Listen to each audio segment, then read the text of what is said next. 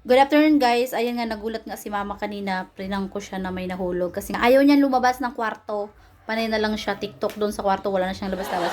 Ngayon may papahula na ka mama 100 kada. Makahula si mama 100 ang price. Okay.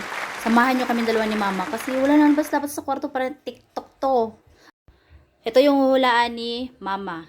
Ayan. Ayan yung hulaan ni mama. O sige na, hulaan mo na. 100 kada hula. Pagkain. Oo, pagkain. Tinapay. Hindi. Kamote. Hindi. Saging. Hindi din. Kanin. Hindi. Ano pala yan? Sarap naman ng upo mo, ma. Manghula ka na lang eh. Para kang doon niya. Ayan na yung hulaan mo. Ayan. Hulaan mo kung ano yung mga pagkain. Sa umaga. Sa umaga. Oh. Siyempre tinapay. Kape. Oh, ano pa yung mga pang-breakfast? Madami na may clue ka na. Saging. Ano? Saging lang mo yung ano? Ano yung saba? Wala ka sa probinsya. Kunwari, social tayo. Saging pang probinsya lang.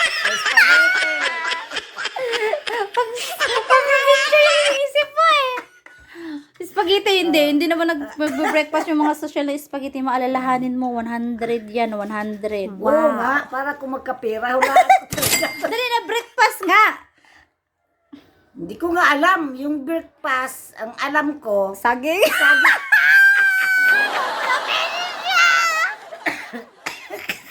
Kamuti.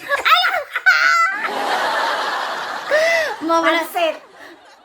Mama ka nga, hindi nga pang probinsya, pang social na breakfast. Ow. Pang social. Pang social. Pang social. Hamburger. O sige na nga, tignan mo na kung ano yan. Ay, oo, nakalimutan ko.